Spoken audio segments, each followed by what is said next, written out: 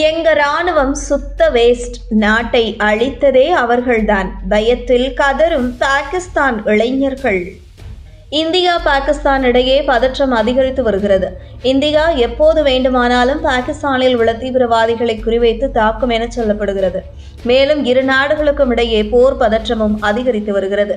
இதற்கிடையே பாகிஸ்தான் ராணுவத்தின் மீது அந்நாட்டு இளைஞர்களுக்கு நம்பிக்கை இல்லை என்று அவர்கள் புலம்பி தள்ளியுள்ளனர்.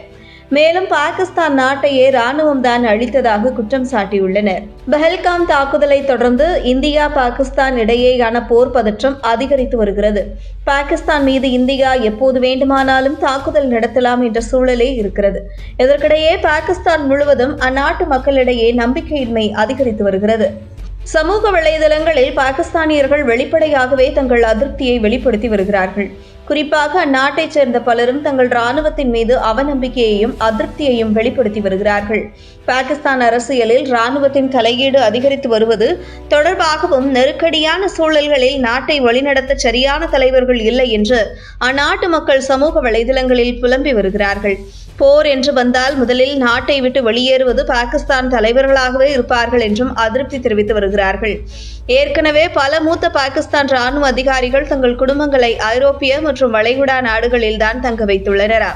அரசியல் அழுத்தம் மற்றும் அச்சுறுத்தலை தவிர்க்க இப்போது பாகிஸ்தான் டாப் ராணுவ அதிகாரிகளும் கூட வெளிநாடுகளுக்கு செல்வது குறித்து யோசித்து வருவதாக சொல்லப்படுகிறது.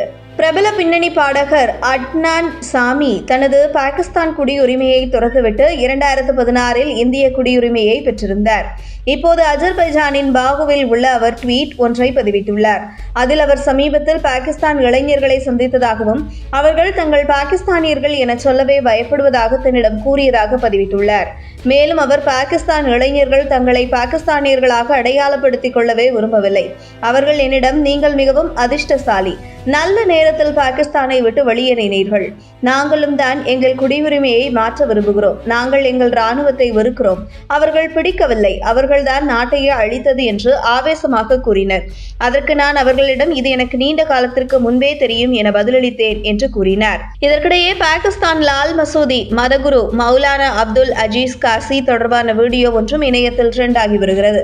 அதாவது, இந்தியாவுக்கும் பாகிஸ்தானுக்கும் இடையே போர் வெடித்தால் யார் போரிட முன் வருவீர்கள் என அங்கிருந்தவர்களிடம் அஜீஸ் கேள்வி எழுப்பினார். அங்கு ஏகப்பட்ட பேர் திரண்டிருந்த போதிலும் அதில் ஒருவர் கூட பேச்சுக்கு கூட நாங்கள் முன்வருவோம் என சொல்லவில்லை.